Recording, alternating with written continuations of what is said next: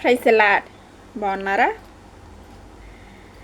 ఇర్మియా గ్రంథం 40వ అధ్యాయం 4వ వచనం. నీ చేతుల సంఖ్యలను తీసి నిన్ను విడిపించుచున్నాను, నేను నిన్ను భద్రముగా కాపాడదను.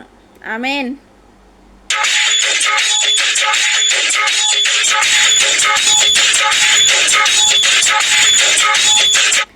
పౌలు శీల వారు సువార్త చేయడానికి వెళ్ళినప్పుడు అక్కడ పుతోను అను దయ్యం పట్టిన ఒక అమ్మాయి కనిపించింది.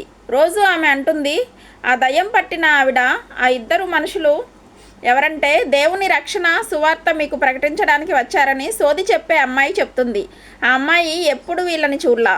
మరి ఎవరు చెప్తున్నారు? నిజమే చెప్తుంది, అబద్ధం చెప్పట్లా. రోజు అలా చెప్తుందట. పౌలు గారు అటు వెళ్ళినా చెప్తుంది, ఇటు నుండి వస్తున్నా చెప్తుంది. ఎలా చెప్పగలిగింది? దయ్యాలకు మన అడ్రస్లు తెలుసు, మనం ఏం పని మీద బయలుదేరామో కూడా తెలుసు. ఆ దురాత్మను అపోస్తులైన పౌలు, ఓ దయ్యపు ఆత్మ, ఈ అమ్మాయిని విడిచిపో అని చెప్పి అన్నాడు. మనమైతే ఏం చెప్పి ఉండేవాళ్ళం? చూసారా మనుషులారా, ఈ అమ్మాయి ఎప్పుడూ మమ్మల్ని చూడలేదు, మా గురించి ఎంత బాగా సాక్ష్యం ఇస్తుందో అని చెప్పి మనం పొగిడే వాళ్ళమేమో. మన గురించి దయ్యాలు సాక్ష్యం చెప్పినా అంగీకరించకూడదు. దయ్యాలు ఎప్పటికైనా దయ్యాలే. మనకు కావాల్సింది దేవుని సాక్ష్యం అన్నవారు గట్టిగా దేవునికి స్తోత్రం చెప్దాం. Praise the lord.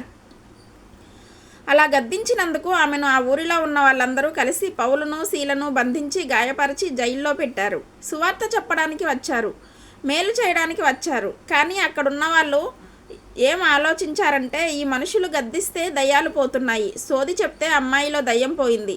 ఆ అమ్మాయి లేచి కూర్చున్నాక, ఇప్పుడు చెప్పమ్మా సోదంటే, నాకు ఏ సోది రావట్లేదు అని చెప్పింది. కాదమ్మా, ఇప్పటిదాకా అన్నీ చెప్పేదానివిగా, మా గేదె ఎక్కడికి పోయింది, మా ఆవు ఎక్కడికి పోయింది, మా అబ్బాయి ఎక్కడికి పోయాడు, మా భర్త ఎక్కడ తిరుగుతున్నాడు, అన్నీ చెప్పేదానివి కదా, ఇప్పుడు చెప్పు తల్లి అంటే, నాకు ఏ సోది రావట్లేదు, ఆకలేస్తుంది అని చెప్పిందంట. అప్పుడు వాళ్ళు అర్థం చేసుకున్నారు, ఈ అమ్మాయిలో ఉన్న స్పిరిట్ని వెళ్ళగొట్టారు. ఈ పౌలు గారు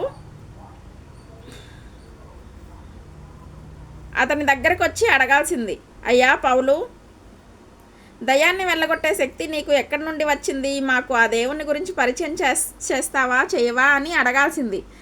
అడగకుండా అతడు, యజమానుడు వ్యాపారం దెబ్బతిన్నది, నా వ్యాపారం నష్టం వచ్చింది కాబట్టి ఈ పౌలు గారిని గాయపరచమని ఊరందరినీ రేకెత్తించాడు.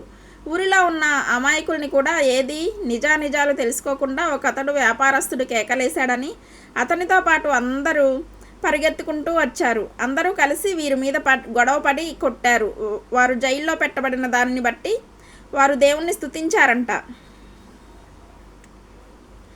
ఎందుకు దేవా నీ సువార్తకు వెళ్తే గాయాలు, సువార్తకు వెళ్తే అవమానాలు, ఎందుకు మాకు ఈ హింస?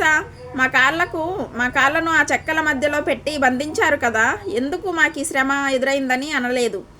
వారు ఒకటే చెప్పారు. అపోస్తుల కార్యాలు 16వ అధ్యాయం 25-26 చదివితే, ఆ మధ్యరాత్రి వేళ పౌలును శీలయు దేవునికి ప్రార్థించుచు కీర్తనలు పాడుచూ నుండిరి.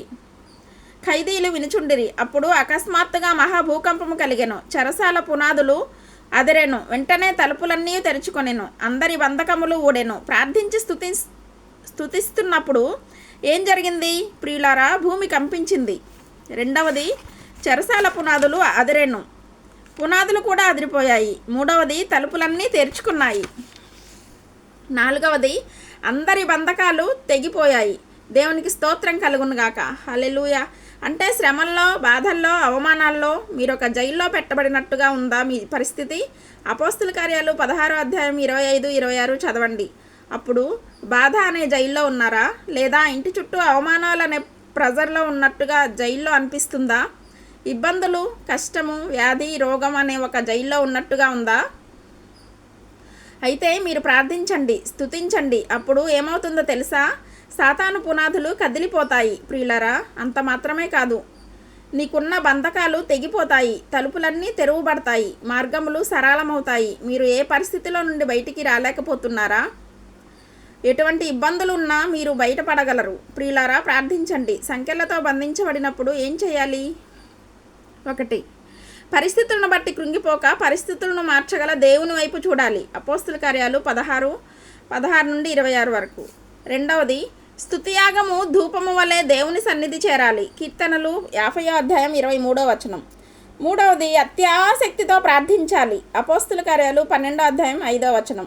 ప్రార్థన స్తుతి మిమ్మల్ని బాధల నుండి బయటికి తీసుకొని రాబోతుంది. దేవుని బిడ్డ, నమ్మండి, విశ్వాసం కలిగి ప్రార్థించండి. ప్రార్థన చేసుకుందాం.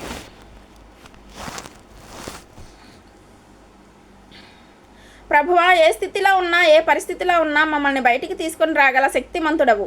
నాయనా, పౌలు శీల జైల్లో ఉన్నప్పుడు వారి బంధకాలు తెగిపోయాయి. వారిని పెట్టిన గదుల ద్వారాలు తెరవబడ్డాయి. భూకంపం కలిగింది. దీనికి గల కారణం కష్టాల్లో కూడా వారు స్తుతించారు, ప్రార్థించారు. బాధల్లో కూడా వారు ప్రార్థించారు, స్తుతించారు. కానీ వారు నీ మీద సనగలేదు తండ్రి. ఏ విషయం గురించి కూడా సనగకుండా ప్రభువా, నిన్ను స్తుతించే జీవితం వారికి దయచేయండి. నీ అగ్ని కంచెవేసి మమ్మల్ని కాపాడండి. నీ చిత్తాల్లో కొనసాగే కృప మా అందరికీ దయచేయండి. క్రీస్తు నామంలో అడిగి వేడుకుంటున్నాం మా పరలోకపు తండ్రి. ఆమెన్.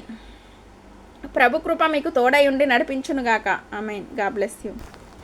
వేటకాని ఊరిలో నుండి నా ప్రాణాన్ని రక్షించావు. బలమైన రెక్కల క్రింద నాకు ఆశ్రయమిచ్చావు. వేటకాని ఊరిలో నుండి నా ప్రాణాన్ని కాపాడావు. బలమైన రెక్కల క్రింద నాకు ఆశ్రయమిచ్చావు. లేనే లేదయ్యా నా దుర్గమా, నా శైలమా. లేనే లేదయ్యా నా శృంగమా, నా కేడమా. ఆరాధన ఆరాధన నా యేసు నీకే ఆరాధన. ఆరాధన ఆరాధన నా తండ్రి నీకే ఆరాధన. వేటకాని ఊరిలో నుండి నా ప్రాణాన్ని రక్షించావు. బలమైన రెక్కల క్రింద నాకు ఆశ్రయమిచ్చావు. వేటకాని ఊరిలో నుండి నా ప్రాణాన్ని రక్షించావు. బలమైన రెక్కల క్రింద నాకు ఆశ్రయమిచ్చావు. హల్లెలూయా. దేవునికి మహిమ కలుగును గాక. Praise the lord. సబ్స్క్రైబ్ చేయండి, లైక్ చేయండి, ఇతరులతో సబ్స్క్రైబ్ చెప్పి చేపించండి. దేవునికి మహిమ కలుగును గాక. అనేకులకు ఈ సువార్త చేరవేయండి. దేవునికి మహిమ కలుగును గాక.